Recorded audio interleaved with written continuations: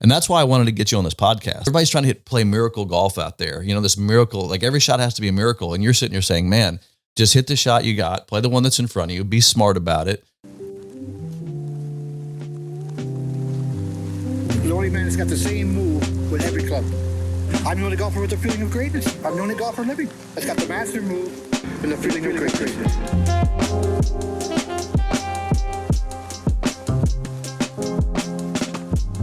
Hey, welcome to the Feeling of Greatness podcast. I'm here with Roberto Lebrija. I'm so excited today to have him on the show because I got to tell you that we've been waiting for a single plane winner out there on a major tour. And I'm not surprised by any means because I know how talented Roberto is and I know him really well in his golf swing. So I brought Roberto on the show today and I'm so excited to talk to him because this is very exciting. And a little background, though, about Roberto is talent. It's just the word that I have to use when I talk about Roberto is how talented, and he's such a great guy.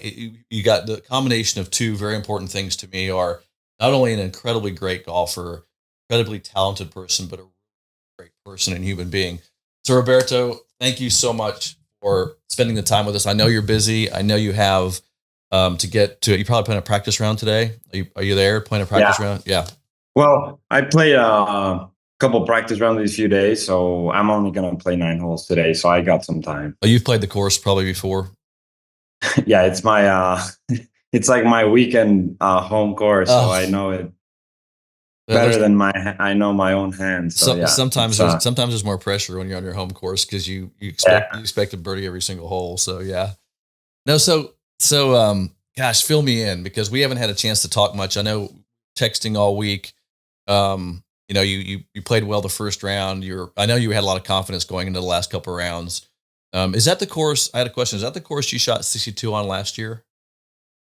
It's not. Actually, it's the course I'm playing this week is the one that I shot 62 last year. Got it. Yeah. So, man, great playing last week. It was so exciting. Tell me about it. I just want to hear, walk me through in some detail of just, it's your first tournament of the year. Is it the first tournament on that tour this year? Second one, actually. But it was like it was like one of the first big ones. And so I started off the first round. I played really well the first day, shot 3 under, made a couple. I started off with some bogeys, but then I managed to play pretty well the rest of the day. And then the second round, I actually was playing well, but those greens that we were playing were super quick. And I missed a couple of short putts. And suddenly I think I was even with like 4 holes to go the second round. And I finished with 3 birdies, which really helped me to get back in. I think I started off 1 back of the lead. I was 6 under through 2 rounds. The leader was 7. Yeah, of course, it's kind of an old school course, very tight off the tee, a lot of trees, not too long. But I started off the last round and I started off with an easy par on the first hole. And then on the second hole, I actually lipped out for a hole in one, a par 3. So I was just an easy tap in. And then from there, I started to just didn't miss a shot for like 5 holes. I went 5 birdies in a row. Wow. But the guy behind me started off birdie hole in one. So I was like, I still had to, I even after 5 birdies, I think I was still like tied with him. So I knew I still had to keep it going. And then on hole 9, it was a par 5. I hit a really nice drive. I think I had like 9 iron and I hit a good one and it just popped right next to the pin and went over the green. And it was just one of those days I had a little chip shot and I just hit it and I knew it was going to go in. And I lifted the club with like 3 feet to go and it just went in and I just went crazy. You made an eagle there? 29, yeah, the front. So walk me through this because look, I know you well. I've played golf with you. I know how good you are, but it's still hard. It's still hard out there. There's a lot of good players out there and to win on anytime, any place, anywhere is difficult. I don't know how people know how difficult it is. And then you're dealing with, your emotional side of it. And your dad was probably there. Your dad's there the whole time because I saw some of the videos he sent me. My grandpa was there. Oh, your grandpa was there. That's great.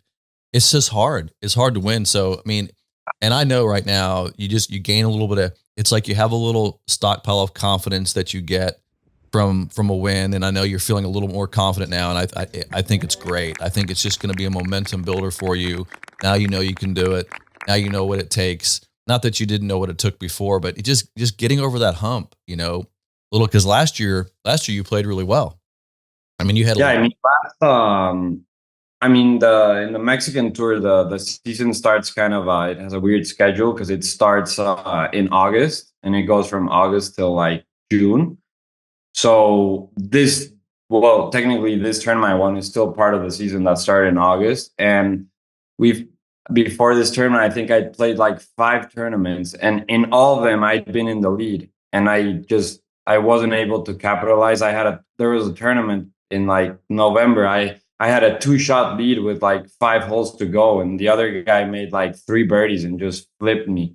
And it's just hard to deal with that. And even though I was playing incredible, the other guy played just a little better. So it's just hard to get that win and make the putts you need to make at the right time, hit the shots you need to hit. And it felt amazing just to be able to make those putts that I needed, because I'd been kind of struggling a little bit with my putting. I mean, not putting bad, but just wasn't making the putts I needed to make. And this last round, I mean, I just made everything. I don't think I missed a single putt the entire day, even though there was a hole on 17, because on 16 was a very tricky hole. It was like a huge dogleg left, and you had to hit a big draw to hit it in the fairway.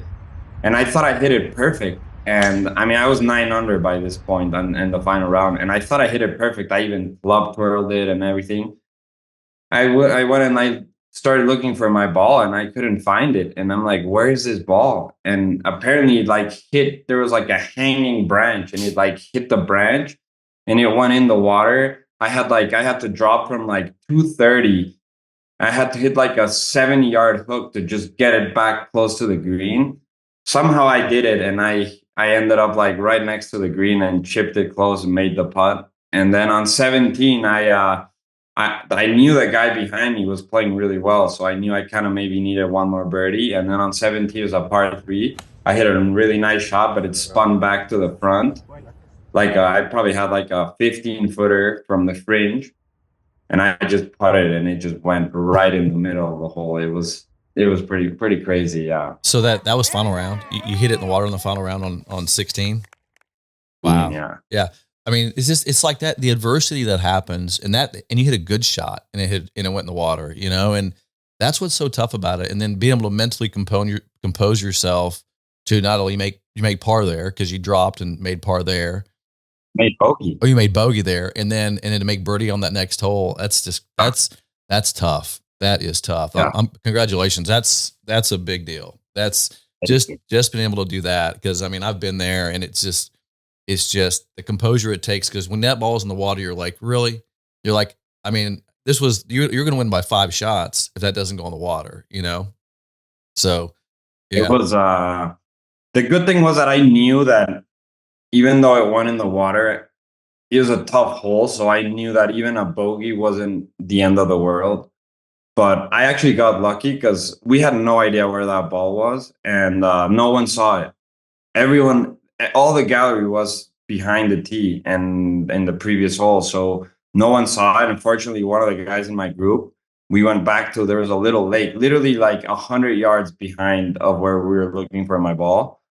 And he looked in the water and he saw my ball. Wow. And he's like, yeah, your ball's here. And I'm like, wow, thank you. So I would have had to go back to the tee. So just for the audience listening, so if you lose a ball and you can't identify where it went, you have to go re-tee the shot unless you find the ball. So if Roberto would not have found that ball, he would have hit it off the tee, which is taking a stroke and distance penalty, which would have been probably double bogey easy. Right? Oh yeah, for sure. Yeah. Wow. Well, man, well, you needed good luck. You deserved it because I mean, last year you had some bad luck, last year. So that's a good shot with bad luck and then good luck on top of that. So you deserved every bit of that. Yeah. That's awesome. It was pretty awesome. Yeah. Yeah. And on that last hole, it's a short par 4. but there's like OB left and then trees to the right. And usually, yeah, I hit driver there every day and hit it close to the green. But I was like, I knew I had like a 2 or 3 shot lead. So I was like, there's no need for me to hit a driver. And I hit a 4-iron, perfect, right in the middle of the fairway. I had this toughest shot in the whole course. I had like trees blocking me to the green, OB long. I mean, the pin was tucked. I was like, what did I do? Somehow I hit a good shot.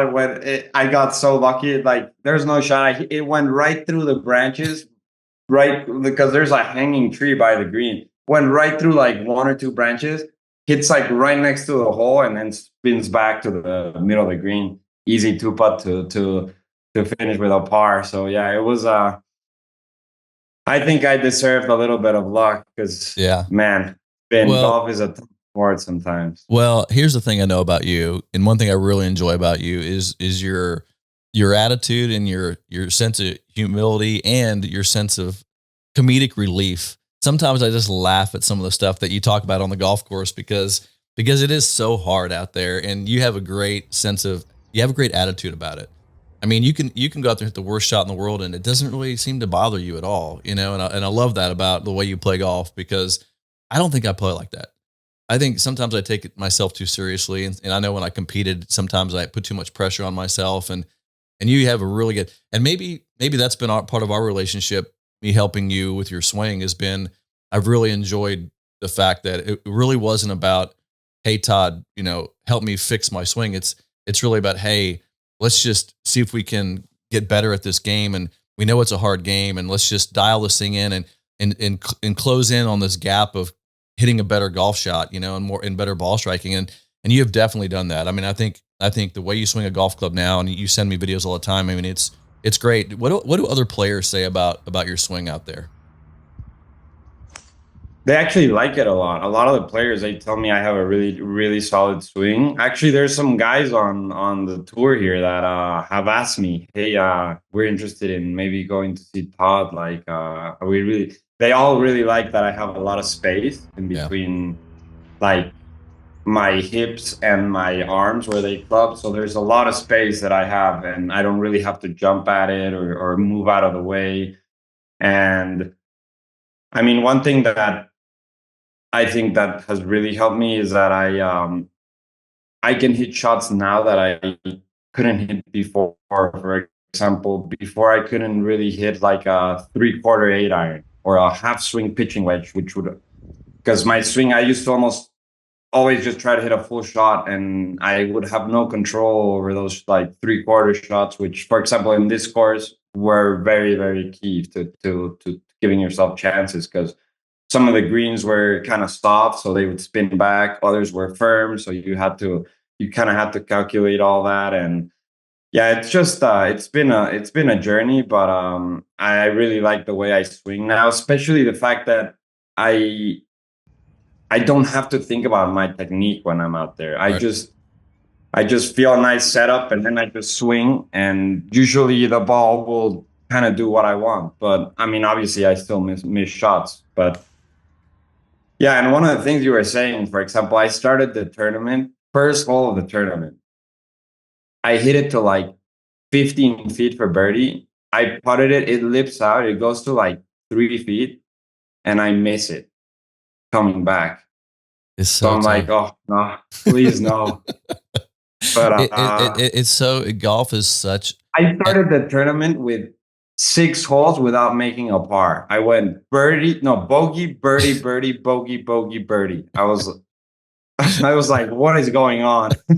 Well, at that level, right? When you play at that level, the little things, it's all the little things. I mean, you know, everybody out there is pretty good, right?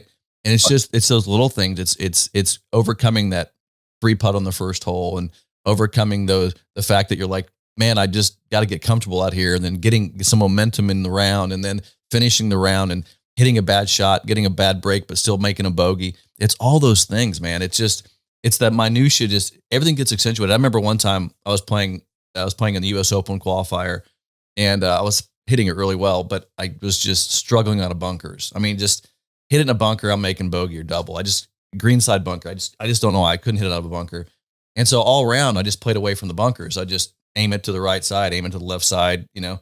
And on the last hole, I have I'm like 3 under going on the last hole, and I got a couple of shot lead, and I tug it coming into the final hole, and I hit the bunker, you know, and left. I short side myself left on the green, and I make double, you know. And it's like the game will find a way to bring out that weakness. It will. It just has, you know that is if you have a weakness, the game will, especially in competition that you're playing in, it will find that weakness. But it makes you so much stronger as a player when you learn those things to overcome it. You're working with a mental coach. Are you still working with that same mental coach right now? He taught me a lot, and there's things that he taught me that I take into my game. For example, on the he always talks about how you can't be focused on the result. For example, I actually, this I didn't hear from him, but it's very similar. But I was on YouTube the other day, and I was watching a golfer. It's a pretty good golfer, and he said, in golf, we actually don't make pars, we don't make birdies, we don't make bogeys. What we do is we hit shots, and all you have to do is hit one shot at a time, and the results will will will will come. Like a birdie will come after you hit a nice drive or after you hit a nice second shot and make a good putt. But you can't make a birdie off the tee or off the second shot. Do you think that the same thing applies to score? I mean, total score. So if you apply that, yeah, it has to, because you're like, we just hit shots and then we end up with a score, right? That you just hit the shot. Yeah. And so I think when people get wrapped up in their score, it's just because you can look at people's rounds. Like if you would have shot, like you shot 63, and you shot 63 the last round, right, in this tournament, right? But if you look at a 75, you hit some good shots in that 75, right? I mean, you probably had a couple holes, maybe made a double or three putted a few times, but overall that score had a lot of good in it. And if you and the bad thing was just a bad break, or you hit a couple bad shots or whatever, but it's not a bad round. It's just there's some bad elements there that you got to go work on. So it's just an accumulation of shots that end up with the score. I think people get way too caught up in score. I mean, matter of fact, I don't even really keep score. Definitely. Yeah. Definitely. And then, for example, I have a cousin who, if you see him on the range or if you just see him hit his driver, you think he's like a tour player, but he can't break a 78 because he'll make a double from like 120 yards. And you can't do that. You can't, especially at the level we play now, one shot can cost you everything. One shot. And it's just, it could be a bad decision. It could be you hitting it to the wrong place, hitting the wrong club, or just having a tough break or something. But after all, it's just an accumulation of all the shots you hit. And for example, I didn't go out that final round thinking, oh, I'm going to shoot a 63, Right. I just wanted to go out there and play well, hit some good shots. I knew I was playing well. I knew I was hitting my wedges well. I knew I was going to give myself chances if I kept it in the fairway, especially that back nine. That back nine, I didn't even take the driver out. I just hit 3-woods off the tee. Yeah. And my 3-wood was going a long way, so it was fine. Even there's some par fives I hit 3-wood. Actually, I took one driver out on a par 5, but there's another par 5. I knew, for example, right now with my driver, I can't hit draws anymore with my driver, which I used to always try to hit. It's always now a straight ball or a fade. Right. And there's this par 5, hole 12, that there's some hanging branches on the left side. First day I hit a good drive there, but second round I kind of saw those trees and I went right, and you have to lay up from there. And the last round I knew, my 3-wood, it's the opposite. It's either a straight ball or a draw, or I can hit a fade, but I feel more comfortable hitting a draw with a 3-wood. And that hole calls for a draw, so I told my caddy, no driver here. Give me the 3-wood. I'm going to hit a little draw in there. It's going to run out. I'm still going to be able to hit the green in 2. I hit the 3-wood probably like 320 yards because it kept on rolling. I had iron into the green. And if I would have taken the driver, like all the other guys in my group, I might have hit it a little right, and it could have been a different story because I ended up making birdie on that hole. If I would have to lay up, maybe I make a par. The other guy behind me makes a birdie or an eagle, and he ties me or something.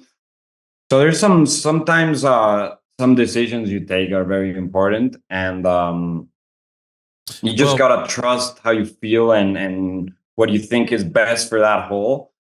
And you can't you it's really easy to get ahead of yourself, start thinking, oh, I need to make birdie here, I need to hit a whatever, like I just made a bogey, I need two more birdies to come back. It's really hard to stay away from that. But if you learn how to just enjoy that shot you're hitting, and to the best of your abilities, try to hit the best shot you can, and then just forget about everything else. Just concentrate completely on that shot, which is very easy to say but hard to do out there.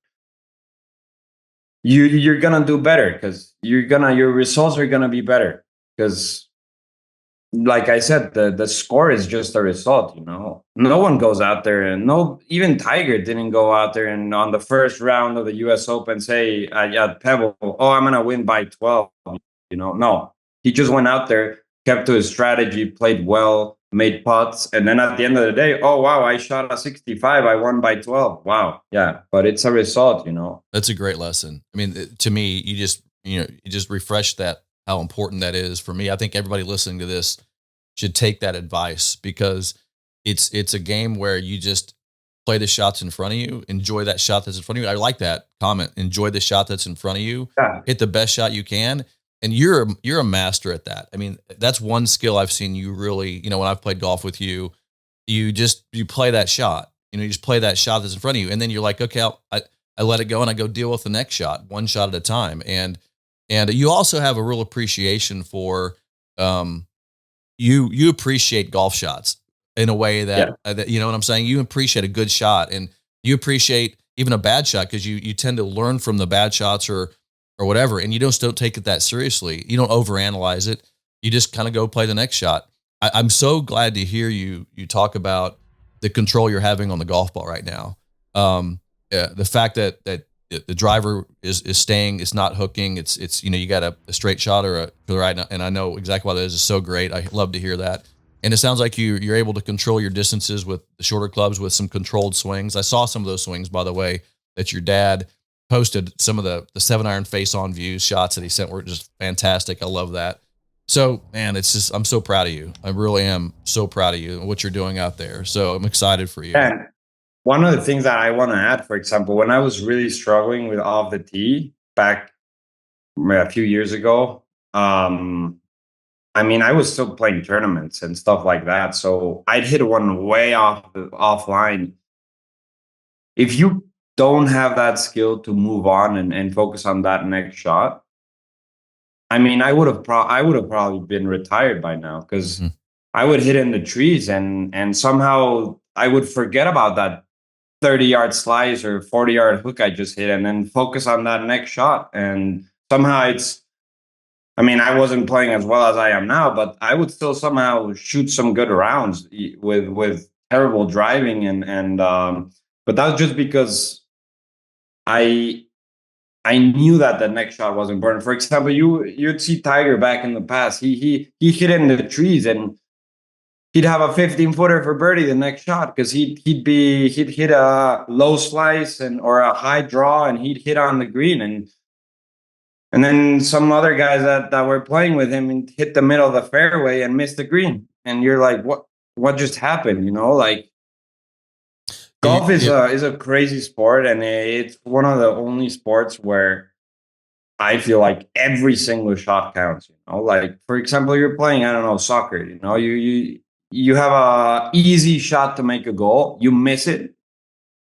Yeah, you might have not made a goal, but the game is still 0-0. You can still, even if you hit the worst kick ever, like, you could have shanked it and it's fine. Like, it's still 0-0. In golf, you hit a shank, it's gonna cost you a lot more than if you just miss it by 2 yards. Yeah. So it's a sport where you really have to be focused, and you can't really let a bad shot affect the rest of your round. Because and a lot of times, especially guys who are trying to break 90, break 80, they hit one bad shot, and they're like, oh my God, what am I doing? I have to Yeah. fix my swing. I have to do this. I have to, instead of just being like, okay, I missed it, whatever. The next shot, I'm going to do a good swing and see what happens. Yeah. But it's Well, hard to do that. So, and I coach this, and I don't think I'm good at coaching this, but people always ask me, well, when you hit a bad shot on the course, what do you do? And I'm like, nothing. I just go back to making good swings, right? Yeah. I don't try to fix anything, and you don't either. You just go make good swings. You've put the hours in, and I gotta tell you a story about you, which I don't know if you remember, but we were in Phoenix and we were working on the range, and I was afraid to make a change. I remember saying to you, look, I'm gonna make a big change here. I don't want, and you said, Todd, you're talking to me.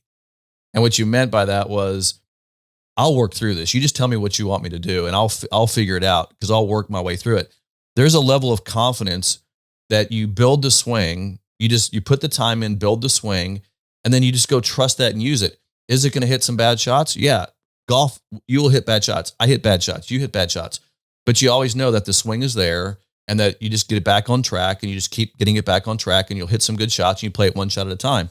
And you're really good about that. I think you're a good coach as well. I think you're really good about helping people understand that it's a game where you play one shot at a time, but you got to build that swing so you can go out there and trust it. And then you're willing to put the work in and make the changes. And we've worked through some of that in the last couple of years, but you're good at coaching that. And then it's really good to hear you talk about that. Yeah, it's one of the things I think I've had to learn throughout the years. And for example, I played the first round with one of my good friends here, who's a good player, but he's been kind of struggling with his swing. And you could tell. I mean, you can tell that. I mean, we started off, and I think it was like hole 3 or 4, he hit a big hook.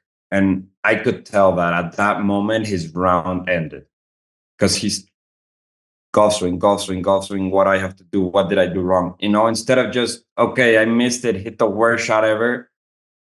It's fine. I'll do the same thing I was doing, because I know I can hit shots. And obviously, he ended up shooting a really big number. Shot probably like, I don't know, like 5 or 6 over. But if he wasn't thinking of that, if that one swing didn't affect him that much, he could have probably shot under par that day. Yeah. I mean, his iron game was stellar that day, but you could tell that with off the tee, he was just thinking golf swing. He was trying to fix everything, and do you think it's hard to do that. Do you think all of your struggles, and I know the answer to this, I'm just asking this hypothetically, but do you know the struggle you've had, before I met you, and, you got so much swing speed, and, you really have to dial your swing in, and obviously you're learning to control that speed. But do you think all those struggles have really helped you to this point? I mean, how has that been a blessing? Oh, for sure. Been a blessing. Yeah. I think so.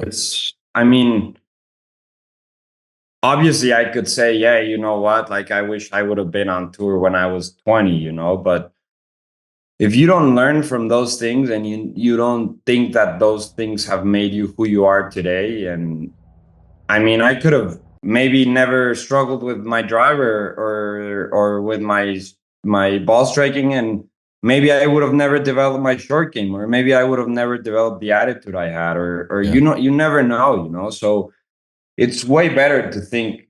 I mean, I can't tell for sure, but I know for a fact that if I just learn from those things and I get through it and I don't give up, it's gonna make me better. So giving up's the problem. Giving up's the problem. Yeah. Sure. Yeah. I agree. Giving up the problem. Yeah, I agree. It's that learning from the mistakes, learning from the frustrations, because you have been through as many as anybody, frustrated with your swing, your ball striking, your playing, but you always knew behind the scenes that you were going to figure it out, work your way through it. And that has been a massive learning experience, but that is golf. That is how we do this. That is, and I tell people this all the time. I've never seen anybody good at golf that didn't work at it. Like, you have to work at this game, and you got to put the time in. You got to build the skills, and then you got to go learn from it. And you got to play with it. And just because you're good at it doesn't mean you're always going to play well. So it's an amazing game. I think that's why we love it so much. I think it's why it's the most challenging game in the world, and I think it's why it's going to take guys like you that have built that courage and that skill level that'll be able to win tournaments. And it's just, I wish people understood that, what it takes. And you definitely have done that. You deserve every bit of it. And I know you're going to do some amazing things going forward. Thank you, Todd. It's been a long journey, but it's crazy to think. I was almost about to give up right after college. Not give up, but give up like my dream to be a professional golfer. I always wanted to play golf. I can't live without golf. But I started working after college. I had a 9 to 5 job for 6 months, and I wasn't practicing, but I'd still try to get better. I'd still try to go at 7 at night to the range, hit some balls. But yeah, I'm very happy that I stuck to my gut, and that I decided that it was time to make that call to move to try to play professional. And I think one of the biggest things that helps you is just competing. Yeah. Even if it's competing with your friends, Yeah. If you don't have anyone to compete with, it's very hard to get better. Yeah. It's hard to get better. That's a great point. For example, all these tournaments that I've playing good, playing bad, all those experiences help you. Yeah. They all help you, and they all make you a better player. And for example, today I know that I can go out there and not have my best golf and still shoot a 6 under. Yeah. I know that. Where when I was little, I would think that to shoot a 6 under, I had to hit every single shot perfect, make every putt, Yeah. Now I know that golf is not like that. You just gotta. I was listening to Hank Haney's podcast, and he said that one of the 3 things that you really have to eliminate. Sometimes they happen, obviously, but 3 putts, penalty shots off the tee, and double chips. If you can avoid those 3 things in a round, you're gonna do good. Yeah. You're gonna do good. That's true. What are you gonna? If you miss the green and you don't double chip and you don't 3-putt, the maximum you're gonna do is a bogey. Yeah. And a bogey won't kill you. Yeah. But what kills you are those big things. Those big numbers. The other thing that I always, and I may have learned this from Hank, because I spent a lot of time with Hank, is marking after your first putt. So like if you marking after your first putt, because if you're having to read your second putt, you got speed problems. So you should be able to putt it, tap it in, putt it, make it, or putt it, tap it in. If you're marking after that first putt, you're not. So I remember I was in a round with Tom Watson, and I was in the cart with Tom, but he was playing, and we were talking about his round, and even his chips, when he would chip the ball, he never had to mark it. Yeah, that's how you play. That's other level, and you see it out on tour, I remember watching Phil growing up, even if he missed the green, you'd still probably think he's going to make it off a flop shot. You're like, yeah, this guy can't make bogeys, like if he misses a green, he's going to make a par. Okay. So Roberto, I'm committing you to something here on this podcast. I have this young guy I'm working with in California. He's 15, almost 16 years old. And next time I see you, I want you to connect with this kid, because I cannot get him to focus on his wedge game. He hits it fine. Like if you go play around a golf with him, you're like, dude, you hit it fine for your size and your age. He probably hits, 6, 7 greens of regulation. He should never shoot really probably over par. But you get a wedge in his hand, he'll hit a wedge on the green and then 3-putt. He literally struggles. And I'm like, dude, you gotta live with your wedge. You gotta sleep with your wedge. You have to, like you that if you go have a bad ball striking day, that your short game will make up for all your issues, right? You know that because you have a great short game and you putt. And that's what you have to build. You got to build the bottom side of your game, especially at the level you're playing, because I know that if you go hit 17 greens of regulation, that, you're going to shoot some low numbers. I know that if you go hit 10 greens of regulation, you should still shoot even par or better. You probably should shoot 4 or 5 Yeah. under, right? I remember one time this is a junior golf tournament. We went to Puerto Rico, and it was a Puerto Rico junior golf. It was an AJGA tournament. And I went with one of my friends, and we were staying together. And we got paired the last round together, and we made a bet. We're like, okay, whoever has the higher round today has to pay for the hotel today. My friend we were playing together. He hit 18 greens in regulation, all of them. Didn't miss one. I don't think he missed a single shot all day. He shot 3 under. I hit 4 greens in regulation. I shot 3 under. He was so mad. That's it. That's how you do it.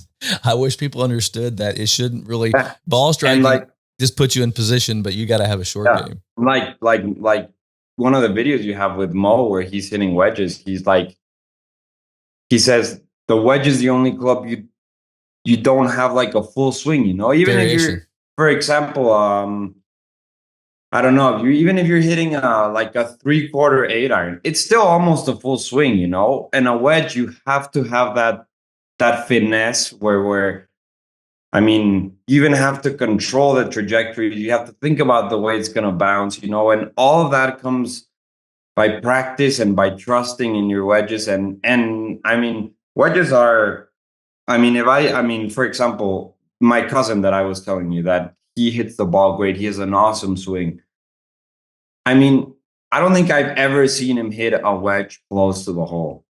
And I've seen him hit 270 yards 3-woods right next to the hole. But I have never seen him hit a wedge close because he probably never practices wedges, and he probably doesn't care about wedges. And wedges, for example, if I didn't have good wedges this week, I would have finished 20th, Yeah. Well, what funny thing is that people don't know about Mo is that when he would do a clinic or when I would go spend time with him, he would always talk about the wedges before any of his ball striking. This is the club you should spend all your time with. Then he would hit golf balls. Everybody was amazed at his golf swing. But he was really good with his wedges, but no one really gives him much credit for it because everybody loved watching him hit golf balls. But he was an amazing wedge player. And back when he played, he didn't have the crazy lofted spinny wedges with all the face angles and stuff. Now he basically had to control it with the crap that they were playing with back in the day. So he always talked about how he would like to 2-bounce a wedge and how where you got to leave it below the hole. He had so many things he did with the wedges that people never really paid much attention to, but he understood the game, and he understood how important the wedge game is, and how important it is to putting. If you're hitting your shots 10 feet past the hole and you're having downhill sliding putts all day long, you're hitting bad wedge shots into the green. That's a strategy problem. That's not a putting problem. Right. So yeah.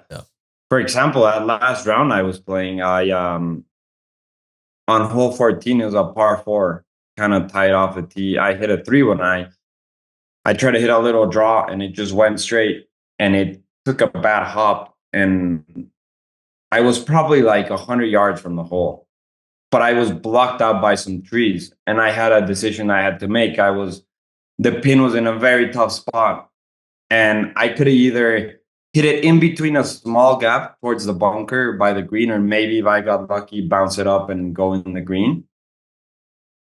Or I could have hit it. I could have also hit it, I don't know, 30, 20, 30, 40 yards from the hole. But I thought to myself, if I hit it there, I'm not going to be able to spin it, and that's a tough pin. So I'm not kidding you. I moved the ball. I went sideways and I moved the ball 5 yards, just like a little chip. No, everyone was like, "Well, what is he doing?" Wow. And because I went and I measured where I knew I was going to be able to spin it. Wow. And I just chipped it 5 yards to the sideways. Wow. And I hit it to 2 feet from there. Wow. Made par. What a great freaking lesson. What a great story. That they understood that. You basically hit a ball 5 yards so you could spin the ball correctly to keep it below the hole, make the putt, versus try some risky thing and plug it in the bunker or whatever might happen. My tournament could have ended in that hole if I took the wrong decision, and maybe it was a small gap I had to hit it through. So if I hit the tree, maybe it goes. I could have made a double, and that would have been just devastating. But knowing your wedges and knowing how far you hit it, and having confidence your wedge, you just hit it to your wedge and hit it in there and made putt. What a great, Made an easy par, That's awesome. That's that right there. And that's why I wanted to get you on this podcast, because it's things like that guys, everybody's trying to play miracle golf out there. This miracle, like every shot has to be a miracle. And you're sitting here saying, man, just hit the shot you got, play the one that's in front of you, be smart about it. And just hearing you talk about that stuff is so valuable, I think. So thank you for that. That's incredible. It's great stories. I can almost walk through every shot. And by the way, you're really good at verbalizing your shots, like walking us through it, because I like to hear that stuff. So maybe we just got to get you on more podcasts so you can talk us through your rounds. So I love talking about it. It's great. Yeah. Well, hey, I know you got to run. I'm making an invitation. You got to come back and see me here in Oklahoma whenever you get a chance to get some time. Yes, as soon as I can, I'll go and visit you. Great. And so I want to go play national with you some more. The greens are impossible, so we'll go out there and beat it around. They were impossible last time you were here. They're impossible now. But it's fun. I love having you out here, and I love spending time with you. And if I don't talk to you this week, play really well this week. Have another great week. Shoot some low numbers, shot by shot, but you'll do that. And thanks so much for hopping on here with me. I really appreciate you. Of course, thank you for having me and for those kind words. Thanks, Roberto. All right, well, say hi to your father, and I'll catch up with you this week sometime. Sounds good.